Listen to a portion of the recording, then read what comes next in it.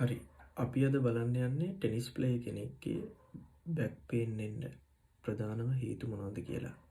පළවෙනි එක තමයි එයාගේ සර්ව් එකේදී. ඒ කියන්නේ අපි මුලින්ම පන්දු උඩ දාලා මෙහෙම ගහනකොට එයාගේ ප්ලේයර්ගේ සිවිය ට්‍රන්ක් එක එක්ස්ටෙන්ෂන් වෙනවා. ඒ කියන්නේ අපි උඩ එලා මෙහෙම කරනකොට ඔයාලට තේරෙනවා ඇති ට්‍රන්ක් එක ෆුල් එක්ස්ටෙන්ෂන් වෙනවා. ඒක පළවෙනි හේතුව.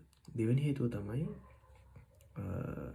අපි ඔපොනට් ප්ලේයර් එක්ක බෝලේ දෙපැත්තට පාස් කරගන්නකොට හුරු පැත්තට සහ නුහුරු පැත්තට මේ පැති දෙකටම මේ බෝලේ සර්ව් කරන එක සිද්ධ වෙනවා. එතකොට යාළගේ ට්‍රන්ක් එකේ රොටේෂන් මූව්මන්ට් එක කියන එක වැඩි. එතකොට පළවෙනි විදියට ට්‍රන්ක් එක ඕවර් එක්ස්ටෙන්ඩ් වෙනවා. ඒ කියන්නේ පිටිපස්සට නැවෙනවා. අපි උඩ දාලා හයියෙන් ගහනකොට ඒ ට්‍රන්ක් එක ඕවර් එක්ස්ටෙන්ෂන් වීම සිද්ධ වෙනවා. ඒ වගේම ට්‍රන්ක් එකේ රොටේෂන් මූව්මන්ට් එක දෙපැත්තටම සිද්ධ වෙනවා.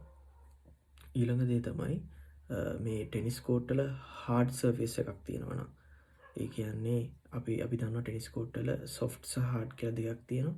ඉතින් හાર્ඩ් සර්ෆේස් වල මේගොල්ලොන්ගේ මූව්මන්ට්ස් කරනකොට ඒ ෂණික නිශ්චල වීම නිසා ඒ ජොයින්ට්ස් වලට ඇතිවන ස්ට්‍රෙස් එක ඒ වගේම ඒ බයෝමෙකැනිකල් ෆෝසස් නිසා මෙයාලගේ ලෝවර් බැක් පේන් එක වර්ධනය වෙන්න හැකියාව තියෙනවා.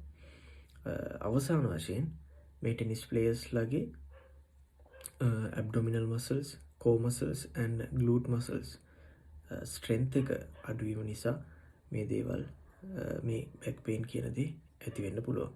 ඉතින් මේවා තමයි ටෙනිස් ප්ලේයර් කෙනෙක්ගේ ලෝවර් බැක් පේන් එකක් නිතර එනවා නම් හේතු වෙන්නේ.